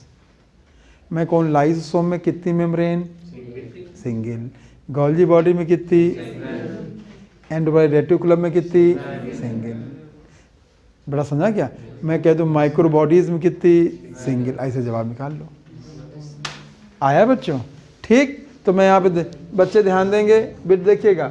ये आउटर मेम्ब्रेन है, ये कौन सी मेम्ब्रेन है? आउटर मेम्ब्रेन है। ये इनर मेम्ब्रेन है। बच्चों ध्यान दो, इधर इनर मेम्ब्रेन है। ठीक, आउटर मेम्ब्रेन, इनर मेम्ब्रेन समझ में आ गई बच्चों? ठीक है बच्चों ध्यान दो, अब ये जवाब दो। ये मैंने बताया आप लोगों को, ये मेम्ब्रेन किसकी बनी होंगी? हाँ हाँ, phospholipid protein and small amount of carbohydrate. मैंने आपसे बात करके ऑल बायो मेम्ब्रेन, तो इस क्वेश्चन निकाल लो। समझाए बेटा? सारी की सारी bio membrane phospholipid protein and small amount of carbohydrate की बनी होती। क्लियर है? याद है? ठीक, तो मैं एक छोटा शब्द लिख रहा हूँ, ये बनी होती दोनों के लिए है, लाइपोप्रोटीन की बनी होती। किसकी बनी होती? लाइपोप्रोटीन, ठीक। अब बट एक बात फिर मैं कह रहा हूँ, जवाब देना, ये भी मैंने बताया, इनकी परमेबिलिटी सेम की डिफरेंट? क्यों? पोरिन प्रोटीन में आपको मैंने बताया है ट्रांसपोर्ट इन प्लांट में, माइटोकॉन्ड्रिया क्लोरोप्लास्ट की आउटर मेम्ब्रेन में पोरिन प्रोटीन, कौन सी प्रोटीन? कौन सी प्रोटीन? तो इसकी परमेबिलिटी ज़्यादा होगी कंपेयर टू इनर। आया बेटा? ठीक। अब देखिए आउटर में इनर मेम्ब्रेन आपकी किताब में लिखा है बेटा, ठीक। अगली बात सीखोगे, इस मेम्ब्रेन के अंदर का जो फ्लूइड होता है इसे स्ट्रोमा कहते हैं। क्या कहते हैं? फ्लूइड है, इसे स्ट्रोमा कहते हैं। और ये प्रोटीन का बना होता है। किसका बना होता है? फ्लूइड किसका बना होता है? प्रोटीन। बच्चों ध्यान दो, याद कर लो, जिस सेल के अंदर कोई फ्लूइड आ जाए हमेशा प्रोटीन का बना होगा। किसका बना होगा? चाहे क्लोरोप्लास्ट आ जाए, क्लोरोप्लास्ट के अंदर स्ट्रोमा आ जाए, माइटोकॉन्ड्रिया के मैट्रिक्स आ जाए, सेल के अंदर प्रोटोप्लाज्म आ जाए, साइटोप्लाज्म आ जाए, या न्यूक्लियोप्लाज्म आ जाए, या ईआर के अंदर ल्यूमेन के अंदर फ्लूइड आ जाए, समझे बेटा? सब किस चीज़ का बना होगा? प्रोटीन। क्लियर? ठीक। अगली बात देखो, सरल पहली चीज़ें बना लें। यहाँ पे देखो, इसमें छोटे छोटे से जो पाए जाते हैं इन्हें बेटा राइबोसोम कहते हैं। क्या कहते हैं? ये हो गया राइबोसोम। क्या हो गया बेटा? राइबोसोम। जो राइबोसोम है ये 70S होते हैं। कितने एस होते हैं? चर्चा करेंगे 70S। क्लियर हुआ बच्चों? फिर मेरे बच्चों देखोगे, अगली बात देखना, यहाँ पे अभी हम वही चीज चर्चा है, यहाँ पे कुछ concentric structure red red colour का दिखाया है। आपको रेड कलर नहीं याद करना, आपको ये कंसेंट्रिक याद करना।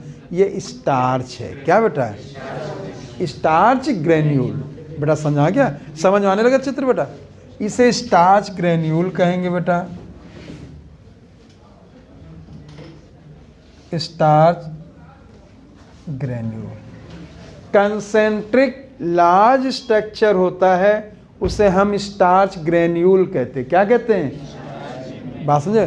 फिर बेटा देखो यहाँ पे कुछ देखिए राइबोसोम से बड़ी कुछ दिख रही, ये लिपिड ड्रॉपलेट्स है। क्या बेटा? Lipid droplets. ठीक बच्चों।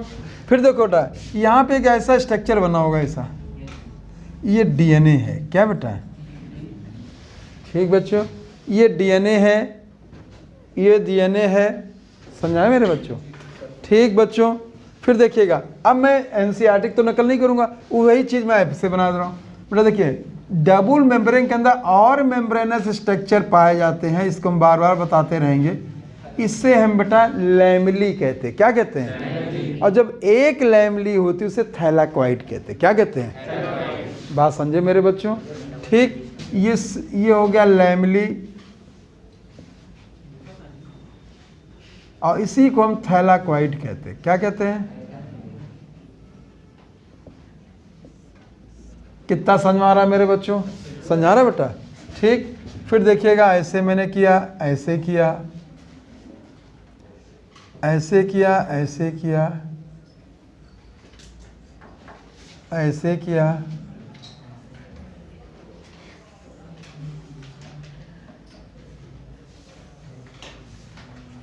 ठीक बच्चों। देखिए, इन थैलाकॉइड या लैमेली के 10 से लेके 100 तक एक के ऊपर एक स्टैक्स या ढेर पाया जाता है, उसको हम ग्रेनम कहते हैं। क्या कहते हैं? आया बच्चों?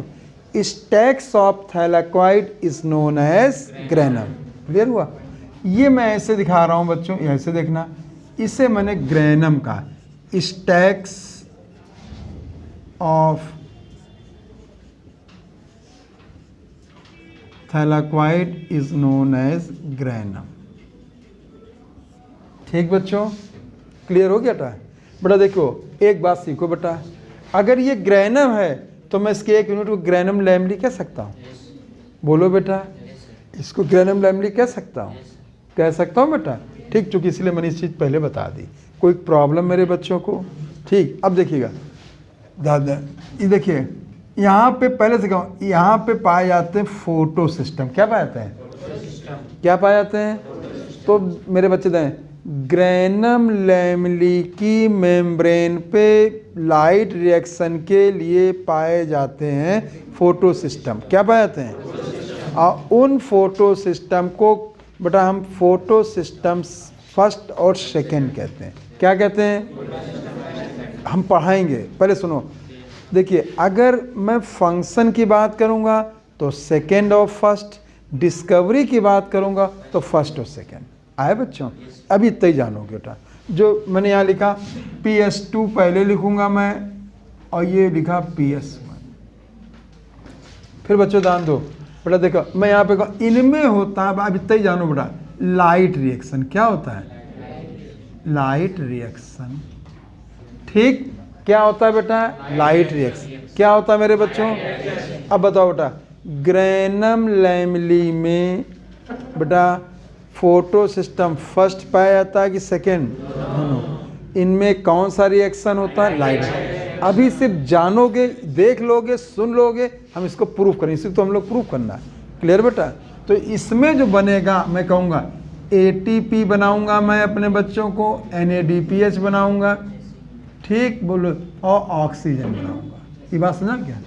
ठीक। तो एक बात तो मेरे बच्चे अभी तक सीख रहे हैं, लाइट रिएक्शन, फोटोसिंथेसिस का जो लाइट रिएक्शन है ये थैलाक्वाइड की मेम्ब्रेन में होता है या ग्रैनम की मेम्ब्रेन में होता है। और जब ग्रैनम की मेम्ब्रेन की बात होगी तो वहाँ लाइट रिएक्शन में फोटो सिस्टम फर्स्ट और सेकेंड दोनों होंगे। और इनका जो प्रोडक्ट है लाइट रिएक्शन का, वो ऑक्सीजन, ATP और NADPH। आया मेरे बच्चों? कुछ समझ में आ रहा है कि नहीं आ रहा? कि नहीं आ रहा? आ रहा है, ठीक। फिर देखो मेरे बच्चों, हमने प्रण किया है कि अपने बच्चों को नए साल में कोशिश करूंगा भाई अपनी तरफ से अच्छे से अच्छा पढ़ाएं, जिससे मेरे बच्चे अच्छे से अच्छे बने और हमेशा याद रखें। अच्छे डॉक्टर बनने के बाद हमसे फीस की डिमांड ना करें। हम जानते हैं हमसे फीस तो ले ही लेंगे, वो मानेंगे नहीं, फिर कहेंगे कि आपने छोड़ दिया था। लेकिन ऐसी बात है, मैं चाहता हूँ मेरे बच्चे फीस लेना की स्थिति में आए। मुझे बड़ी खुशी होगी अपने बच्चों को फीस देते हुए। समझे बेटा? हाँ, कोई वो नहीं, मतलब कंसल्टेंसी फीस। समझे बच्चों? आगे आए मेरे बच्चों, देखिएगा इसको मैं बताऊंगा ना, ये फिर ग्रैनम मैंने बनाया बच्चों, बहुत अच्छे सीखो। एक ग्रैनम की थैलाक्वाइड को दूसरे ग्रैनम की थैलाक्वाइड से जोड़ने वाली एक और मेम्ब्रेन होती है, उसे स्ट्रोमा लैमेली कहते हैं। क्या कहते हैं? क्या कहते हैं बेटा? तो मैं यहाँ पे ऐसे बना दूं बेटा, देखिएगा, ऐसे कर दिया, ऐसे कर दिया, ऐसे कर दिया, और इस तरह ऐसे ही कर दिया, ठीक। या मैं इसको ऐसे कर दूं, ज़्यादा अच्छा है, ठीक। ये हो गई स्ट्रोमा लैमेली। क्या हो गई बेटा? स्ट्रोमा। इसमें फोटो सिस्टम फर्स्ट होता है। क्या होता है? फर्स्ट होता है, केवल फर्स्ट होता है। क्या होता है? फर्स्ट होता है। ज़्यादा नहीं बोलो, आगे आगे नहीं, ठीक है? ठीक है, फोटो सिस्टम फर्स्ट होता है, ठीक। हम मानते हैं आता है, लेकिन ज़रूरत से ज़्यादा तो नहीं आता है। बोलो बेटा, ठीक, सीखो। हम आपको खुद ही मौका देते हैं, पूछते नहीं आपसे, बताओ। अच्छा, ठीक है। देखिए, ये फोटो सिस्टम फर्स्ट है, तो यहाँ भी लाइट रिएक्शन होता है बेटा, ठीक। अगर मैं यहाँ पे कहूँगा, यहाँ पे मैं बात करूँगा केवल ATP का फॉर्मेशन होता है। किस चीज़ का होता है? तो देखिए, सारे में सब बात हो रही है, अभी हमने बताया नहीं है। मैं अगर कल इसकी भी चर्चा करूँगा तो आप गौर करोगे, यहाँ जब दोनों फोटो सिस्टम है तो ये तीन चीज़ें बन रही हैं, जब केवल एक फोटो तो केवल एक चीज़ बन रही है। ये मैं प्रूफ करूँगा, ऐसा नहीं कि आपको रटाऊँगा, ये सब चीज़ें बताऊँगा अपने बच्चों को, ठीक है बेटा। जो ये फ्लूइड स्ट्रोमा यहाँ होता है, डार्क रिएक्शन। क्या होता है? डार्क रिएक्शन होता है। और अभी मैं इतना ही बताऊंगा, इसमें ग्लूकोज का फॉर्मेशन होता है। किसका फॉर्मेशन? ग्लूकोज का। तो अगर मेरे बच्चों ध्यान दो, अगर देखिएगा बच्चों, मेरी बात अच्छी लगे तो बता देना, और ना अच्छी लगे तो भाई याद कर लेना, ठीक। बच्चों, फोटोसिंथेसिस के मेन प्रोडक्ट का निर्माण, जो मेन प्रोडक्ट है वो स्ट्रोमा फ्लूइड में होता है, यस कि नो? और बाई प्रोडक्ट का निर्माण मेम्ब्रेन में होता है। बाई प्रोडक्ट का निर्माण कहाँ होता है? मेम्ब्रेन में होता है। ठीक, इतनी तो बात समझ में आ गई मेरे बच्चों को। और शायद और कोई फिगर में कुछ लिखा भी नहीं, देख लो फिगर में कुछ छूटा तो नहीं बेटा, देख लो। आ गया बेटा? आइए हम लोग बढ़ते हैं आगे। देखिए ये कर ले तो मैं कल ग्राफ बताऊंगा। You have studied structure of chloroplast within a chloroplast membranous system consisting of grana. आया? मेम्ब्रेनस सिस्टम से बनता है ग्रेना, बनता है बच्चों। There the stroma lamellae and fluid stroma, दोनों the stroma lamellae and fluid stroma, there is clear division of labour within a chloroplast. कार्य का बंटवारा होता है दोनों में, क्योंकि एक जगह लाइट रिएक्शन हो रहा है, एक जगह डार्क रिएक्शन हो रहा है। The membranes system is responsible for trap light energy, also series of ATP and NADPH। आया बच्चों? आप देखिएगा मैंने मेम्ब्रेनस सिस्टम में ATP, NADPH और ऑक्सीजन को बताया है। क्लियर है बच्चों? ठीक, चर्चा हम लोग आगे करेंगे। इन स्ट्रोमा एंजाइमेटिक, बहुत ध्यान दे, इसको करो, एंजाइमेटिक रिएक्शन को करो बेटा।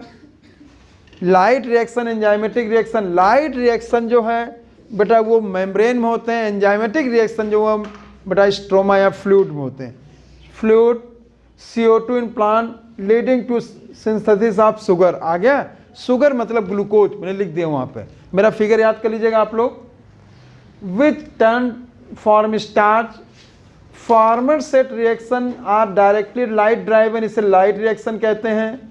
Letter not directly driven is a are dependent on product of light reaction. Product of light reaction बच्चों ध्यान दो, उससे बेटा डार्क रिएक्शन कहते हैं। क्या कहते हैं? तो मैं ऐसे बोलूंगा, लाइट डिपेंडेंट है तो लाइट रिएक्शन, और इनडिपेंडेंट लाइट है तो डार्क रिएक्शन। ये लाइन तैयार करोगे।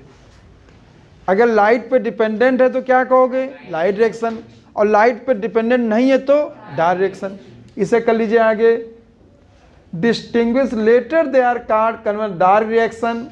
This should not be considered the main occur in darkness या not light dependent. They are not light dependent, इसको याद रखेंगे। इसका अंदर डार्क नहीं है, इसका अंदर लाइट पे डिपेंडेंट नहीं है। बड़ा फिगर देखो, outer membrane, inner membrane, stroma lamellae, grana, stroma, ribosome, starch granule, lipid droplets. मैंने सारी चीज़ें आपको बता दी हैं बच्चों, और इसमें फोटो सिस्टम फर्स्ट सेकेंड भी मैंने आपको बता दिए हैं। बेटा समझा गया कि नहीं गया? आज तेरे टाइम हो गया था, कल मैं ग्राफ आपको बताऊंगा आपको। ठीक है, समझा गया बच्चों? कितना समझाए मेरे बच्चों? ठीक है, ग्राफ का कल आधा छोड़ना ठीक भी नहीं है, अच्छा भी नहीं रहेगा। इतना पढ़ लीजिएगा बेटा।